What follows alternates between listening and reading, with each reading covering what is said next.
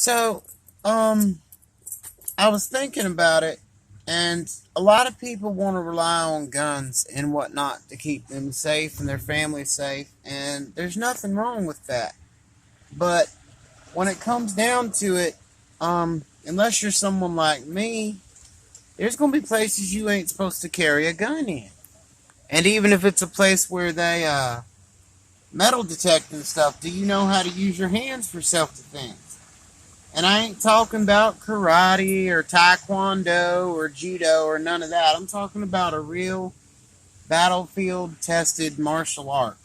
Something that works and is designed completely and totally for warfare. I'm not talking about something cute. You gonna go down to Orlando or San Francisco with some shampoo company and get a big old trophy and feel special about yourself because every 3 months you got a new belt. That's not what I'm talking about. I'm talking about something that is down to the ground, built from square one to be brutal, nasty, dirty, savage, ugly, and completely destroy anything that tries to harm you.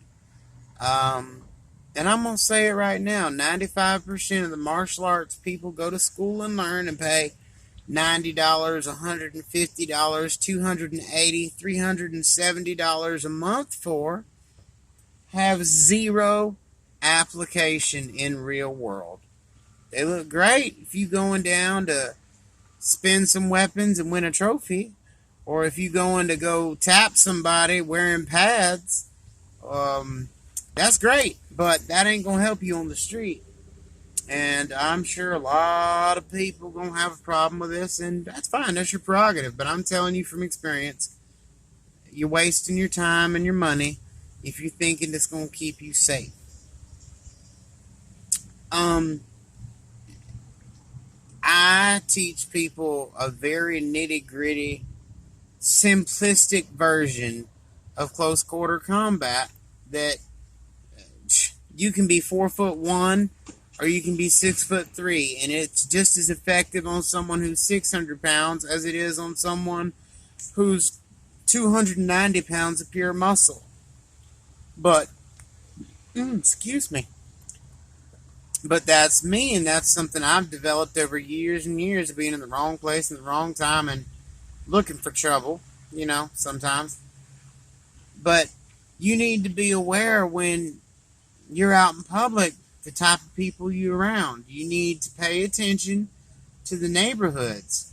If you're in a government office or something and you're relying on the deputy friendly over there to help you out, you may be sorely disappointed because he or she may have something else on their plate and they may not be able to help you. So you're gonna have to rely on yourself. When something goes down, when the shit hits the fan, you are the first responder. You're the one there when it happened. I'm sorry to tell you people this. This is reality. And if you don't like it, that's on you. But you're going to need to find a way to keep yourself and your family and your friends or whoever's in your immediate vicinity safe. Or at least deter a threat from becoming a more violent threat. Um, I can recommend some schools of martial thought. Notice I didn't say martial arts. Um, Krav Maga is a good one. Sok P is another good one. Honestly, Jiu-Jitsu and Judo gonna get you killed on the street. I don't care if you're a black belt or red belt, whatever. It ain't gonna keep you alive. It's not. Um, I would recommend some sort of knife fighting or improvised weapons. If you ain't got the brain to improvise weapons and make them on the fly, then I suggest you have someone teach you. Everything is a weapon. Everything is a tool. You're limited by your imagination and situation. Um, y'all need to be more careful. I read a story just the other day of a mom who was going to get some groceries and someone called her at the car and took her and 3 of her kids. And she was a trained individual who should have known what she was doing. But I guess not. You know, that whole dojo for $90 a month, $90 a month wasn't worth it. But hey, you got a cute little belt to go on your nifty little karate uniform. So that's a false sense of security. Most people who carry a gun, they have a false sense of security. Most people who carry a knife have a false sense of security. If you carry a folding knife, I'm going to recommend against it, but that's my prerogative.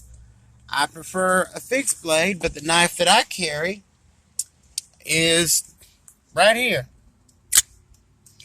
It's not great. It's definitely not the safest to have in your pocket because it can open in your pocket, which is a problem.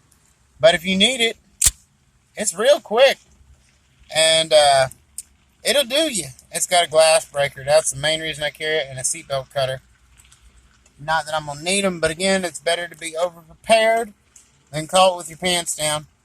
I also suggest you don't hit with a fist, but that's for people, that's for efficiency of training. If you don't have, 3 months to learn to punch with a fist, keep them half open like that. That way you don't break your wrist, you don't break your fingers, and you can still hit real hard. Don't aim for no hard parts on nobody neither. Aim for the ears, aim for the eyes, aim for the neck. Oh God, aim for the kidneys. A lot of people, and it's mostly women and kids, think if you hit a man or woman in the groin, they're going to go down. I'm sorry to tell you, that don't work. Not in the real world. That's a whole bunch of hooey. Something I teach people is immediately go for the face, go for the groin, and then go for the neck or the ears. And once they get on the ground, depending on what you're trying to do, stomp on the back of their head, kick them in the ribs, stomp on their spine. You're talking survival. I don't really care about the law when it comes down to being safe. The law can take a big one. If your life's on the line or your kids' life is on the line, look, you got a gun, use it. You got a knife, use it. You got a stick, use it. You got a crowbar, use it. Hell, if you got a glass beer bottle, use that. Fuck the law. It's about survival. And the sooner people adopt that mindset, that animalistic mindset that we all have, and you embrace it, and you feed it, and you train it, and you condition it to turn off and on like a light switch, the safer y'all gonna be. But, again, if you don't have animal instinct, there's plenty of ways to develop it. But that's what's going to keep you alive. Not some dictatorial form and doctrine and school of thought that teach you rigid movements and conditioned behavior. You go ahead and block a baseball bat with your arms. You're going to be a sitting duck for the rest of that fight. You go ahead and block someone swinging a lead pipe with your kneecap if you want to. I guarantee you 90% of the time, I bet you won't put weight on it for the rest of that fight, and you're going to get ate up. So, that said, Odin bless. Embrace the inner wolf, y'all.